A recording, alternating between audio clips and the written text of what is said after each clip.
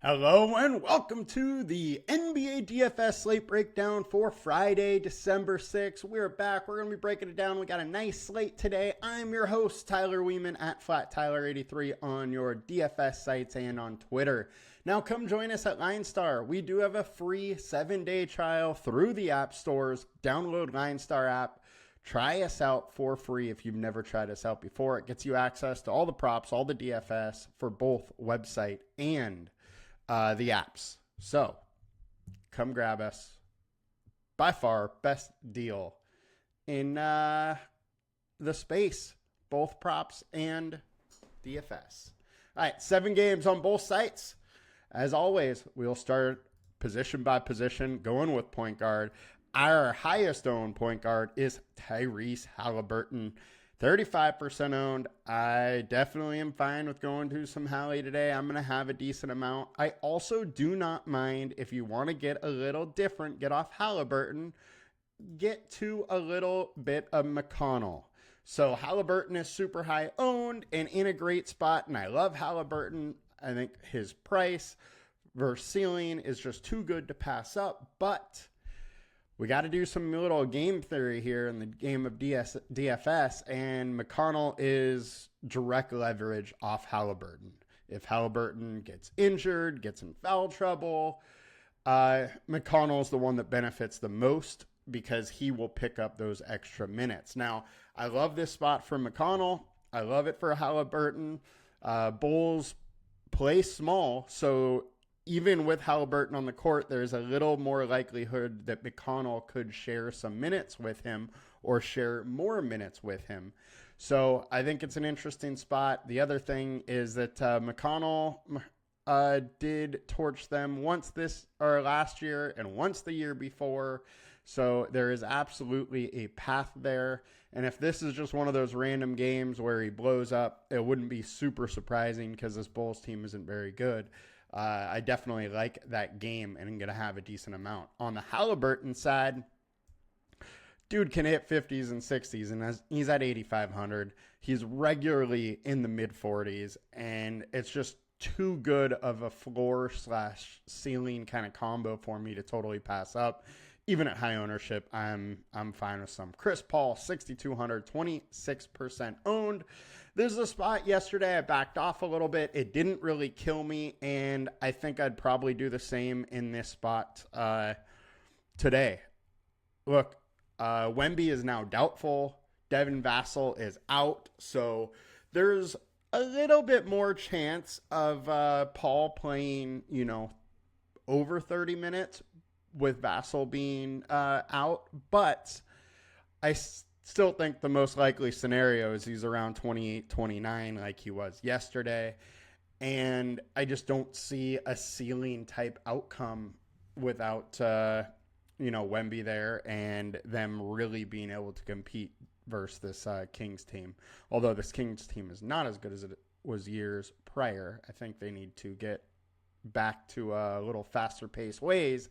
But all in all, CP3 is fine. He's going to look good with no Wemby if Wemby is for sure out. And I don't mind having some. My issue is he's going high owned, and I think the likelihood of him killing you by not having him is pretty low. So that's one reason there. Colin Sexton, 5,700. He's too cheap for the ceiling that he has. However, that ceiling just hasn't really been there this year. It has been in years prior, but he should still get the run with injuries going on that team. So still interested at 5,700 in a great spot versus the Trailblazers. They're 25th overall as far as defense, 22nd versus shooting guard. And we know if Sexton gets hot, he can hit the 50 type spot. Next, we got Drew Holiday, 5,400. Look, he's missed the last 2 games, so we're not sure if he's going to play here or not. If he does not play, the other Boston Celtics become a little more interesting, but I am slightly interested in Drew.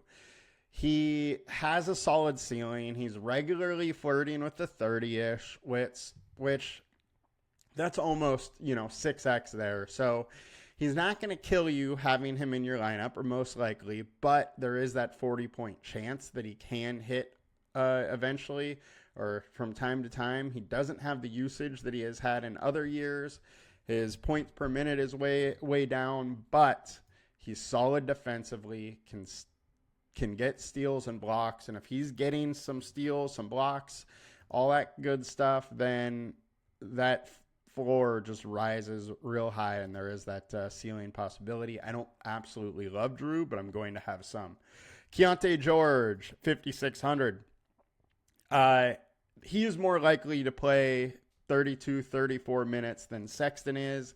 I think they are bringing him along slowly. He's still a young player, still developing, but I love this spot versus the Trailblazers, who they're average versus point guard, but it's an up-pace spot, and I think it's a game that George could really try to assert himself a little bit. Also, last year, facing Portland, 31, 33, and 33 were the 3 games he had versus them. So he's been very consistent, and that is almost 6x with those last year scores. And now we have another year of him developing, and this year we've seen a little bit more of a ceiling from him.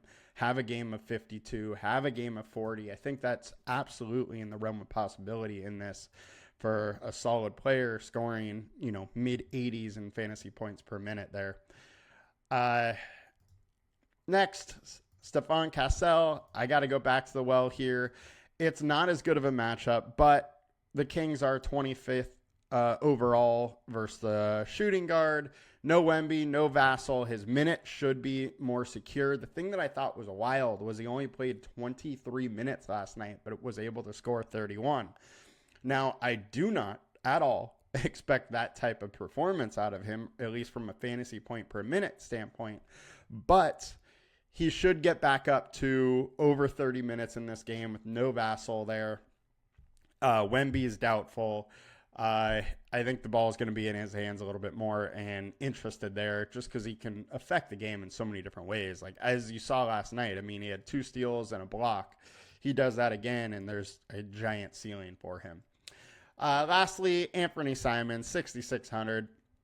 He's coming off 3 games where he shot well, then was terrible versus the Clippers, but I would expect a bounce back performance here versus the Jazz, who are 28th versus point guard. If he gets hot with this shot, then there's no telling what he can put up. He put up 55 twice in 2022 against this Utah team, and I like the spot. The ceiling's just too good in that game. That is a game that I definitely like to attack. I really like that Indiana and Bulls game as well, but we do need to wait to see if Kobe White is playing. Point guard on DraftKings: Steph Curry, Dame Lillard, Trae Young. High owned: D'Angelo Russell, Tyrese Halliburton, Drew Holiday. I'm glad D'Lo's popping up. He is expected the starter again. He has played solid minutes as the starter, and if he's playing over 30 minutes, I got to be interested at 5,400. He's like a 0.9, 0.85 fantasy per minute guy, and if he gets hot, can definitely get 1.1-ish per minute, and it's in a great spot versus the Hawks, who are allergic to defense and play at a very, very high pace, 106.7, so it's a huge pace up spot that generally does good for guards. Tyrese we covered, Drew we covered, Holiday we covered. Let's move it on over to shooting guard. Benedict Mathurin, 6K, 37% owned. Look, 37% owned is a bit high for me, but there is solid ceiling. He can absolutely go 40 plus. He's shown it multiple times, and this Bulls team is another one like the Hawks that are kind of allergic to defense. They're 29th overall in fantasy points allowed. They are 106 pace, so it's another huge up pace spot, and he's playing big minutes. We have him at 35.5 minutes, and he can easily see 38, 39, or 40 minutes. Definitely fine getting to some Benedict. One of the things I will say, though, is I do not like having Halliburton, Benedict, and Siakam all on my same team. I would probably do 2 of the 3 of those guys max together. So Halliburton we covered. Ant Edwards, 8,700. That price is coming down a little bit, which is nice. Definitely don't mind getting to some Ant. But it's not a priority today. If I don't get much of him, I'm totally fine with it. Colin Sexton we covered. Drew Holiday, George, Castle, Simons, covered them all. Getting over to shooting guard on DraftKings. Cassell, Edwards, Nickeil Alexander-Walker. He's really only in play for me if our man Conley is out, but I doubt Conley's out.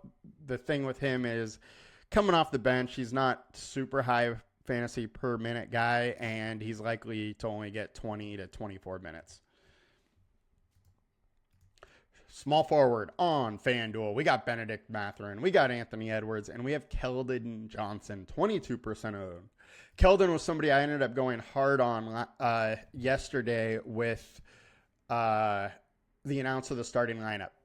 With Jeremy Shohan going into the starting lineup at center, I knew it was going to open up some more minutes for Keldon, and that's exactly what happened. He played 28 minutes. If he is back in that 28-minute, there's no Vassell, there's no Wemby, then, and if without those two, I would say it's more likely that he does play 28s. Then at 4,700, he's a steal.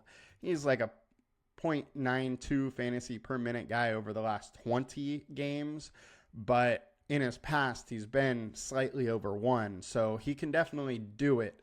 And very interested in him versus the Kings in this spot if Jeremy is back in the starting lineup, especially at center. Other pivots, we got DeMar DeRozan, 7,900. Dude's been living in the 40s and has a 50-point ceiling. There's not much I have to say outside of that. And then you also have a spot against the Spurs, almost a 230 total. He's playing a ton of minutes. These starters are playing 36, 37 nights with Malik Monk, or 37 minutes now with Malik Monk in the starting lineup.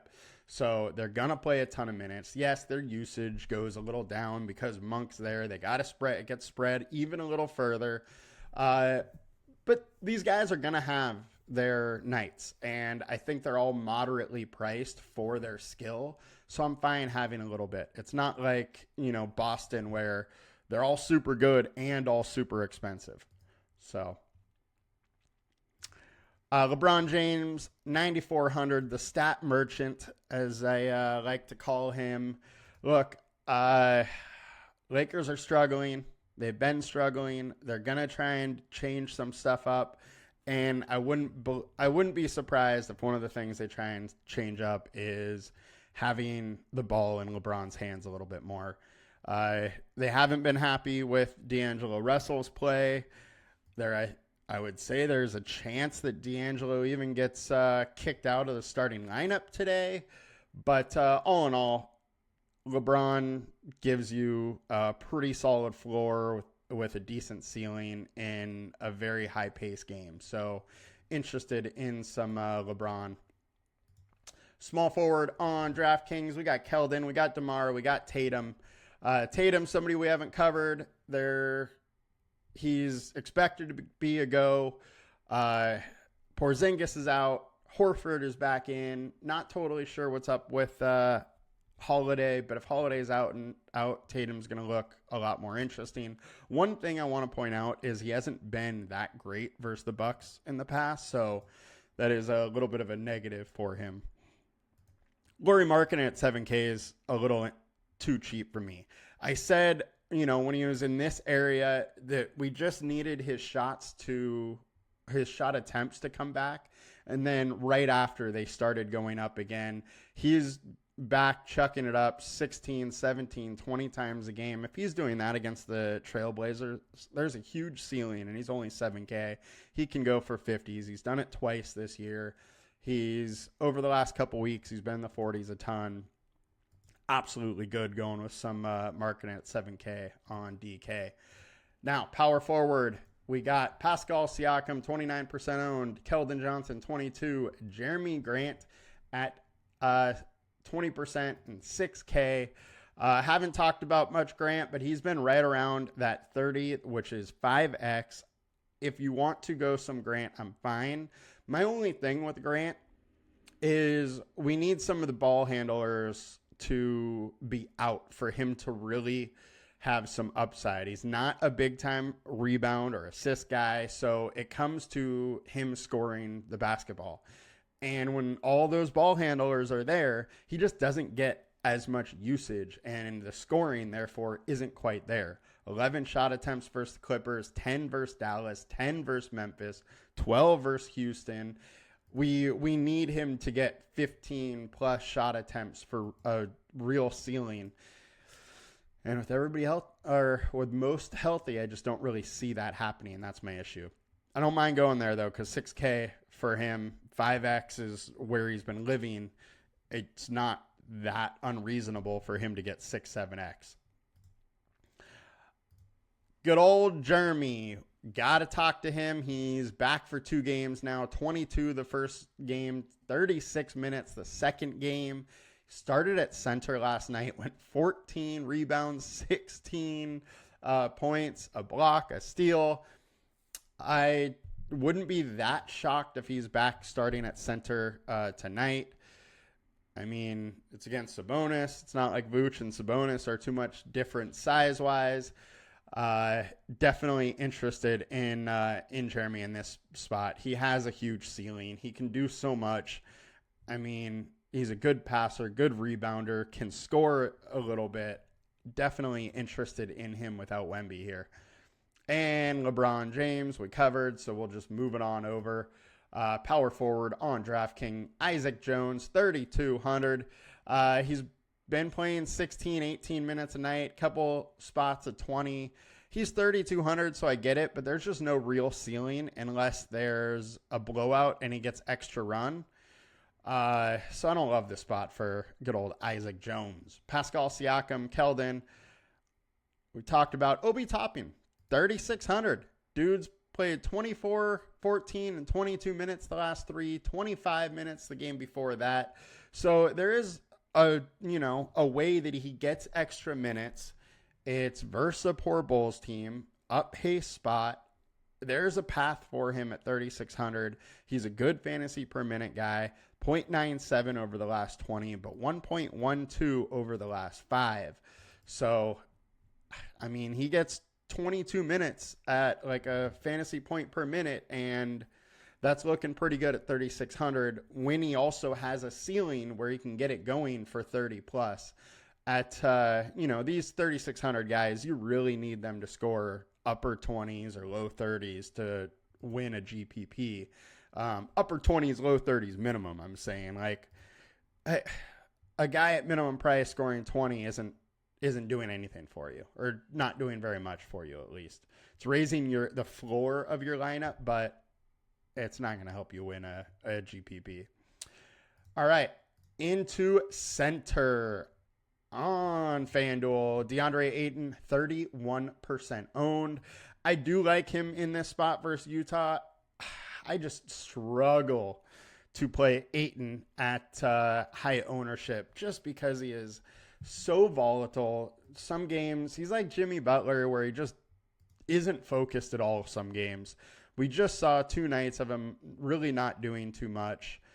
But you take out, 4 games, the 13, 16, then he pretty much has lived in the mid-30s this season as far as his fantasy performances, and he has 4 games over 40, which is a decent rate of success when, you're talking about being only 6K. So definitely interested in him, going to have some, but not going to go super hard. Miles Turner, 7,200, definitely some interest there, but I do like some of the other Pacers a little bit more. Walker Kessler, 6,900. His price is getting up there, but I think it should. He's in a really good spot for steals and blocks, which that is what really makes Walker Kessler go nuts. I like this spot, and I'm definitely going to have a good bit of him. He is also lower owned than Ayton and direct leverage off Ayton. Right now, I think Kessler is my highest own in the center spot. I do have a little bit more AD, I think, than Kessler, but Kessler will be in my center. AD, I'll probably push to power forward as much as I possibly can. AD's price has fallen a little bit to 10.6K, and can get you 60s. I'm in. And center on DraftKings. Isaac Jones popping up a little bit. We've covered that. Clint Capella, 5,400 versus the Lakers. Lakers are a great spot to target centers versus. The issue that I have with him is he does have a huge ceiling. Can give you 40s at 5,400, which is great. Can hit mid 30s regularly at 5,400, which is great. But his minutes are so hard to predict. Look at these last 5. 19 minutes, 25, 20, 29, 24. Most likely he's 23, 24 minutes. If he's playing well and he gets 28, 29, then he is a slam dunk play. It's versus the Lakers. They're not good at center. Definitely have some interest. He's been decent versus the Lakers, but nothing to write home about. I have some interest, but I'm not going to go hard on Capella. But there's definitely a path to fantasy goodness there. So that'll do it for us today, guys. Hope that was informative for you guys. Hope you did well last night. Hope you do well tonight. Good luck. Have a great weekend. And I'll be back in a little bit with the NFL DFS slate breakdown. Probably going to wait for that till after NBA lock, but that is on the horizon. You guys have a good one. Peace.